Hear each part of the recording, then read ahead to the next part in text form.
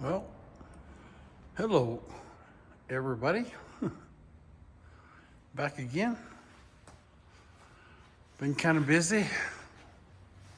Not really. Yes, maybe. Kind of, sort of. Been winter here in Vegas. And,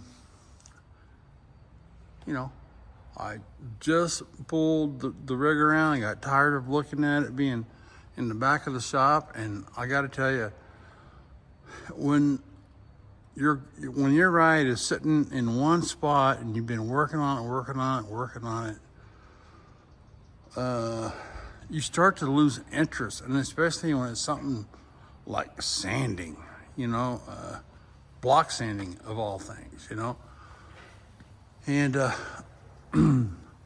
I just, I just couldn't. I had no drive, I just, how can I make a video, of sanding, so I had it, parked over here,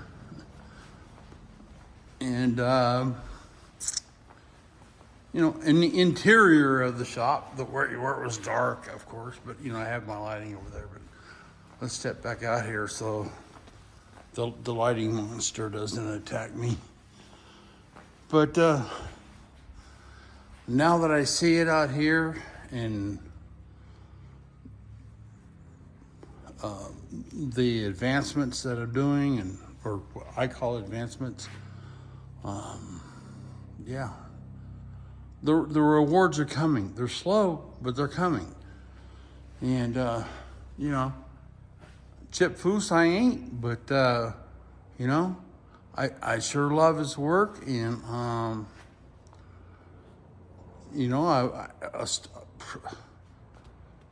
a student or whatever, I don't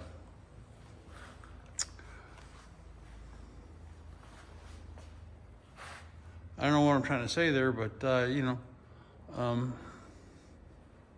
putting my own twist on things, and I want things the way that I want things. And that's what I'm doing with this. And getting a little bit of pushback from people. Not a whole lot, but the pushback that I get is from people that don't really know anything about what's going on here. So that's that. The car started right up, not really, but once I got the gas situation, pump, and then pump, and then pump, and then once I got that figured out, and we kind of got to know each other a little bit, and that was that.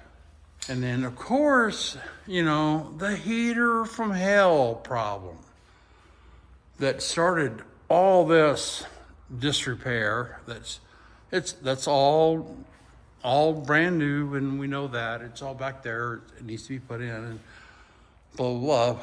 So, in the interim of the life of the car, wires had been cut, spliced in, whatever, da. Anyways, I couldn't get the car to start. And I have, as long as I've owned this car, I have always tried to save the stock wiring. I've always.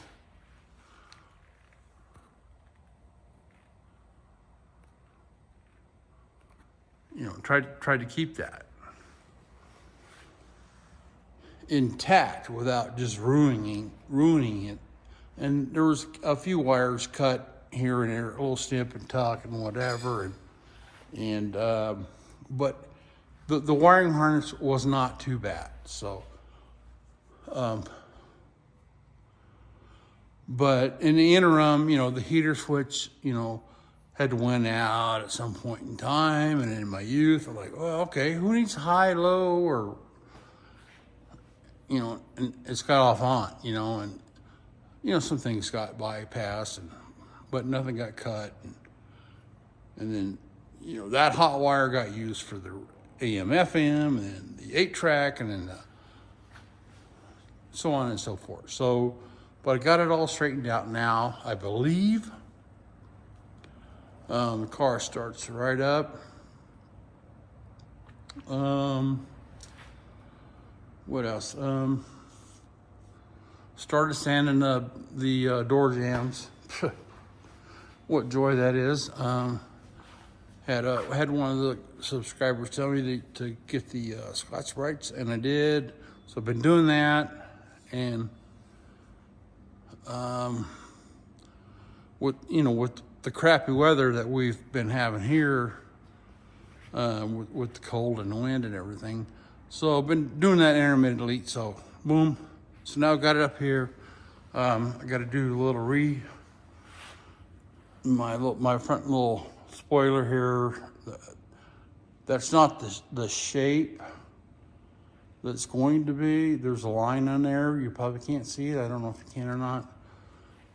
It's going to be more of a. It'll follow the fender more straighter. I don't know if the light will pick it up in here.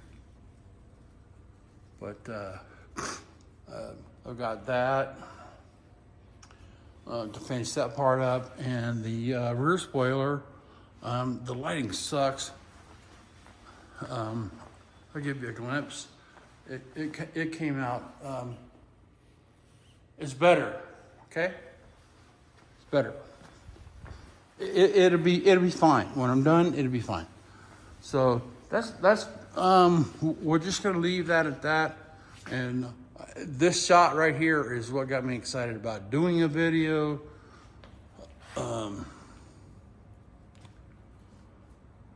So I will, but it ain't because it has that I've been just laying around doing nothing. I've got other things, I still own a home, so I still got that kind of crap that I got to do. So, show you what that's been, I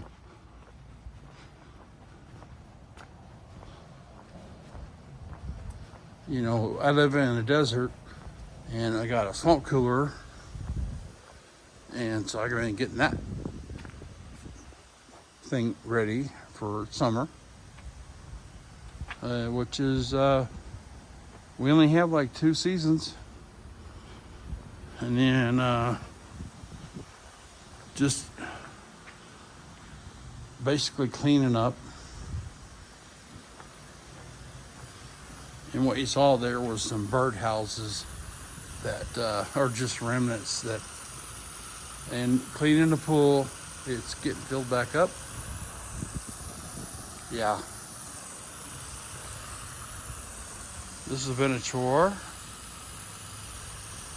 But me and Miss Haley, AKA the Carrot Kid, we've been working on it, and we got her all chlorine cleaned, and we're filling her up.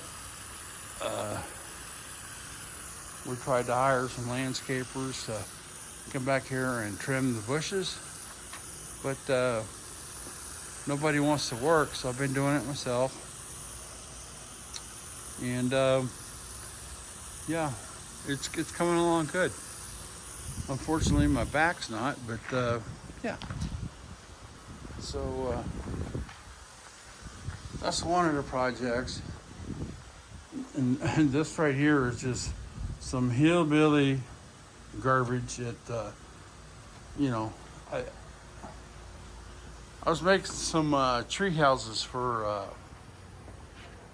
charity at one point in time, and we would give them to the kids, and they would paint them or do whatever and sell them and stuff, and during COVID and stuff, and then all of a sudden everybody just kind of forgot about all that shit, and so I was stuck with those. And like I said, I live in the desert, and that's my trees right there. I mean, where am I going to put those? I mean, I got my lemon tree and my dad's apple tree and my mom's apple tree, and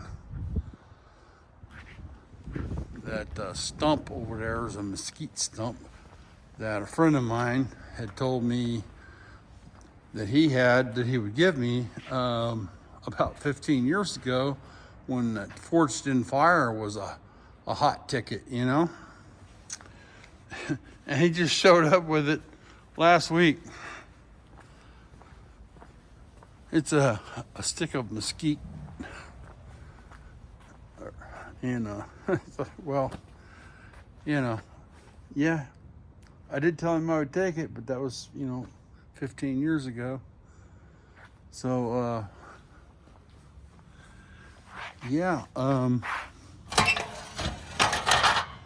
be careful with your neighbors when they do overhead fireworks on the 4th of July.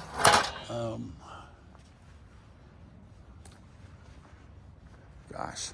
Oh, the apple trees.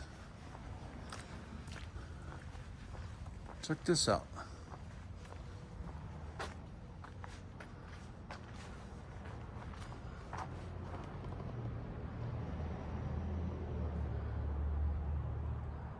First apple blossom. Huh? Is that like an omen or what's going on here? Huh.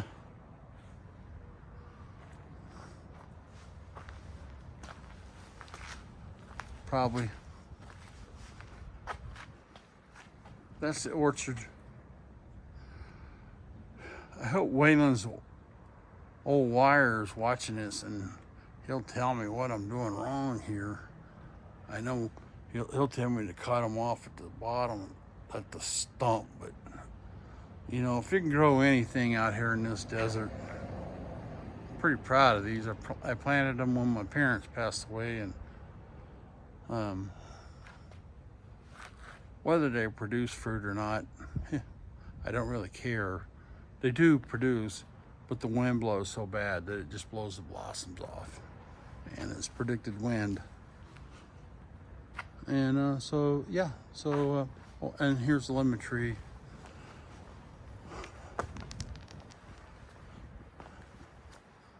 I don't know, I was thinking about peeing on it like that running Indian guy, the world's fastest Indian. Didn't he have a lemon tree that he peed on? Thought that would be pretty cool. So anyways, it's kind of where I'm at, guys. And and I got to take the car out. I got to get it out and turn it around. And I think it's too low. Even with these homemade ramps I got, I'm afraid, because try as I might, I tried to make these things bulletproof, but the weather and the heat, and it's really hard to make wood a structure when it gets 200 and something degrees, and the glue. And I didn't want to drive a bunch of nails and screws in it because I got to drive on it with freaking tires that cost more money than, whatever. So I have to take the car out without,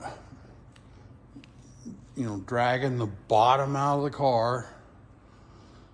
And, I'm a one-man show here. So, because I need to spin the car around because I have to pull the two front fenders off because those have not been block sanded, and they don't need a lot of work. They need some work. And like I said, I kind of died and lost interest there a little bit. So I'm looking at maybe getting some Harbor Freight ramps, the $80 steel ones, and then doing some adaptations. But it's got to look cool instead of this hillbilly act that I got going on right here. So yeah, so that's kind of where we're at.